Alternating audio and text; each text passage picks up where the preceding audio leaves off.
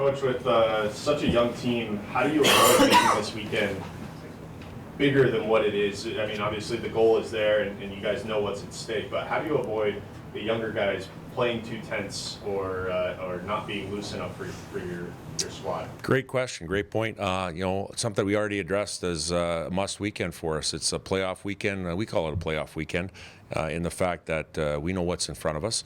But again, knowing that what we have to perform, I feel that Friday I thought we executed very well, and on Saturday we didn't execute as well. And it's one of those things where whether you're at home or on the road, you know the job in front of you. I think this is where experience, whether it's coaching staff or players that have been to a national championship game last year, has to know. We've been through pressure before. I know it's a totally different group, but I think this is where we have to rely on the guys that have a little bit of experience on getting us through this time. And again, our guys know what's in front of us this weekend.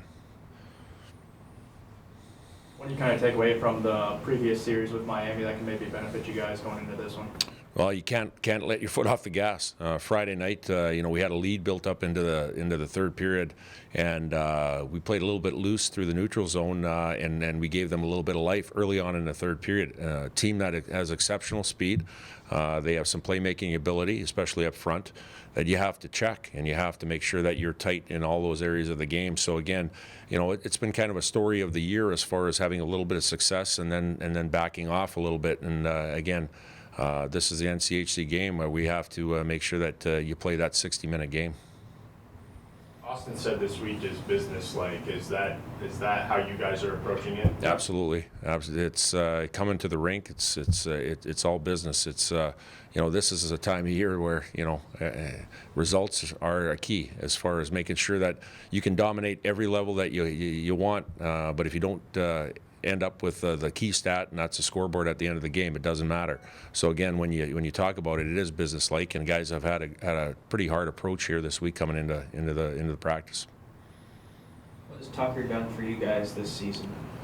Well, Tucker's been called upon to do a lot of different things. Obviously he's a guy that's a big body that plays a physical game, that moves pucks extremely well, and he's had to command a lot of minutes for a young group back there. And for the most part, he's played a pretty consistent year. And again, it's one of those things where the challenge for him, he wears his heart on his sleeve, meaning that he tries to do everything, and again, it's about maybe trying to not do too much, just do your job. As Bill Belichick says, everybody do your job. And again, like I said, when things aren't going right or we're pressing or chasing a game, it seems like he's trying to do a lot more than he has to. And again, that's where a situation where I think you have to make sure you just kind of keep it basic and play your game. But for the most part, he's been a great leader, and he's been a very key part of our team this year.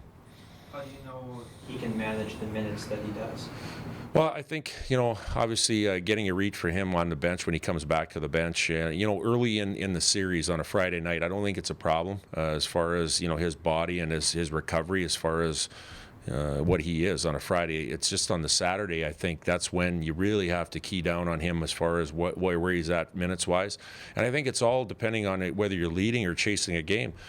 For the most part this year, we've been chasing games all year. There's, when you lead games, it's a lot more easy to manage than it is when you're chasing a game and putting him in situations of power play and penalty kill.